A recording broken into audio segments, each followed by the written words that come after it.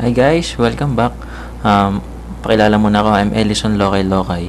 Doon sa ginawa nating website or web hosting sa Fatcow, I receive an email sa kanila. Ito, may tatlong email na nakuha. Palipuksan na muna natin tong isa. Please validate your domain name. So yan, i-click lang natin para ma-verify yung binili nating domain name na pinoycreatingsuccess.com. So yan, please verify. Okay, verify. Okay. So, para magamit natin. Thank you for the following contact. Data has been verified. So, okay. So, yung second. Okay, so, once na na-validate mo na yung domain name, dito naman sa pangalawang message nila. Okay, confirmation.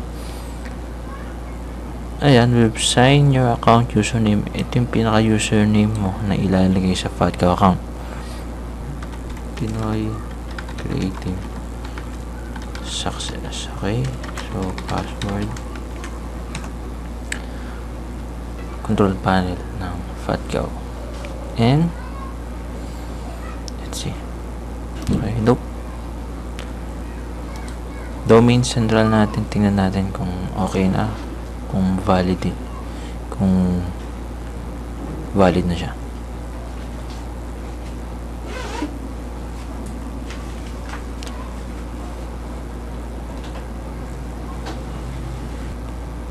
Domain complete na. Status, okay. Domain registration, okay na. Privacy, okay na siya. Bali, okay na pala na to. Unverified domain, verified na siya.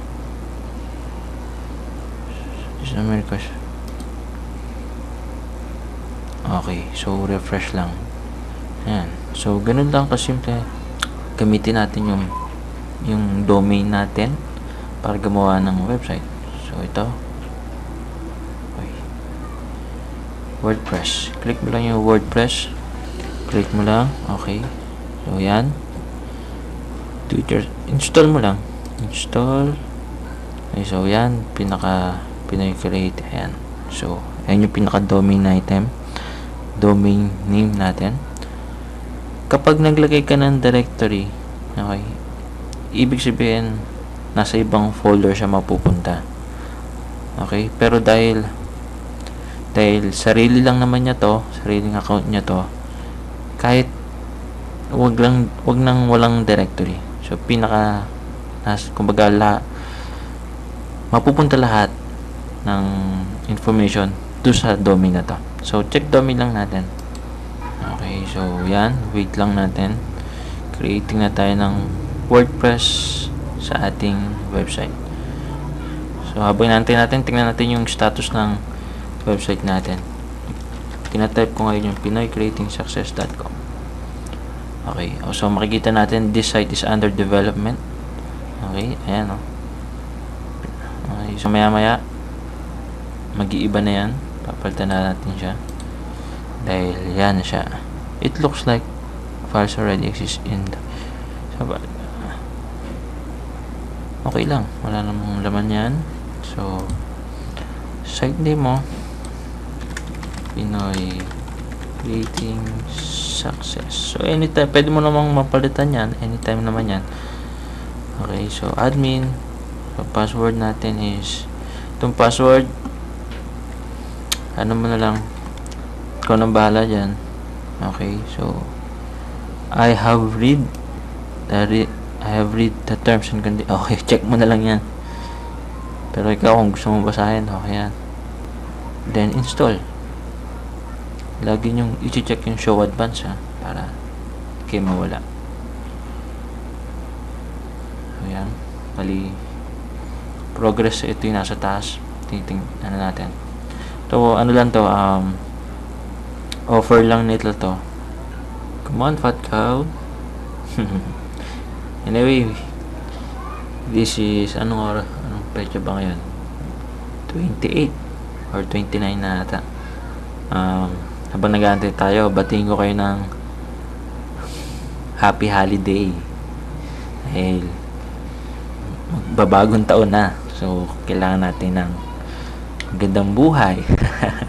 Anyway, I'm wishing you abundance, good health, and God bless sa lahat ng makakita ngayon nito. So, ayan, close lang natin to. para makita yung view credentials.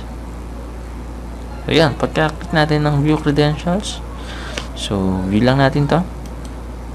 View lang ulit natin. So, yan. Meron ka ng sariling success.com.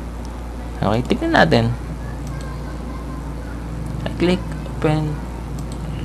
Oh, ito muna tayo. Admin daw. Kasi, ang kulit mo eh.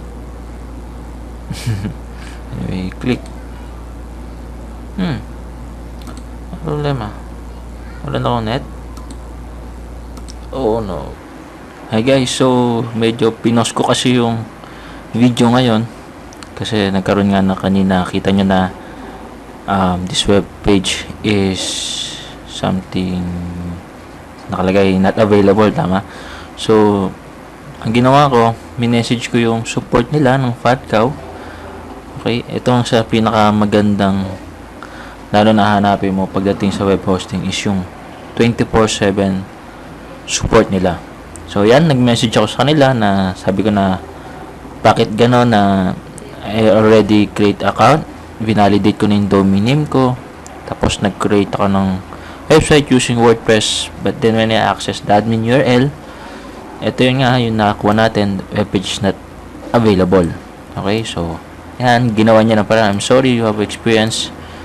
Okay, ginawa niya ng paraan, and then after that, ang reply niya sa akin, I found the root cause for this issue.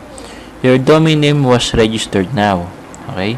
Normally, it will take 24 to 48 hours in order to update DNS information. Pero dahil nga gusto natin mabilisan, ipadaanan natin sa kanila kaysa maghintay pa tayo ng another 24 hours kakahintay or 48. Di ba mas maganda? So, ayusin naman nila kagad yan. So, yun. Ang nangyari, eto ngayon, di ba yan? FatCow. Titingnan na ngayon natin yung domain natin. Okay. So, FatCow, tapos WordPress. Dito tayo sa may install sa taas. May install kasi meron na tayo. Ayan, eto, okay. So, tingnan natin ngayon siya. Pag ni-right click natin siya, open. Okay. Ayan. So, meron na siyang naka-install. Okay. Admin login tayo. Kasi, yung nilagay nyo kaninang password nyo, saka username, yun yung ilagay nyo doon sa pag-create ng WordPress account. Okay. So, ayan. May sarili na tayong dashboard. Okay. So, note muna tayo dyan. Tingnan ulit natin ang website natin. Yan. So, meron na siya. Hello world. So, okay na siya. Meron ka ng sariling website. Okay. Ito na yun. Kung gusto mong gumawa ng sariling kung vlog, kung gusto mo, okay. So, explore mo yan. Gawa ka ng vlog.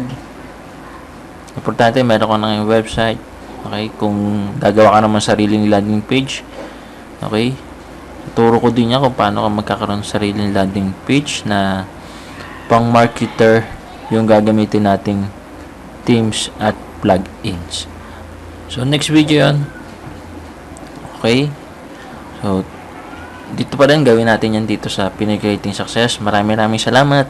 I hope it helps and maraming salamat nga. Ayun. Thank you and God bless.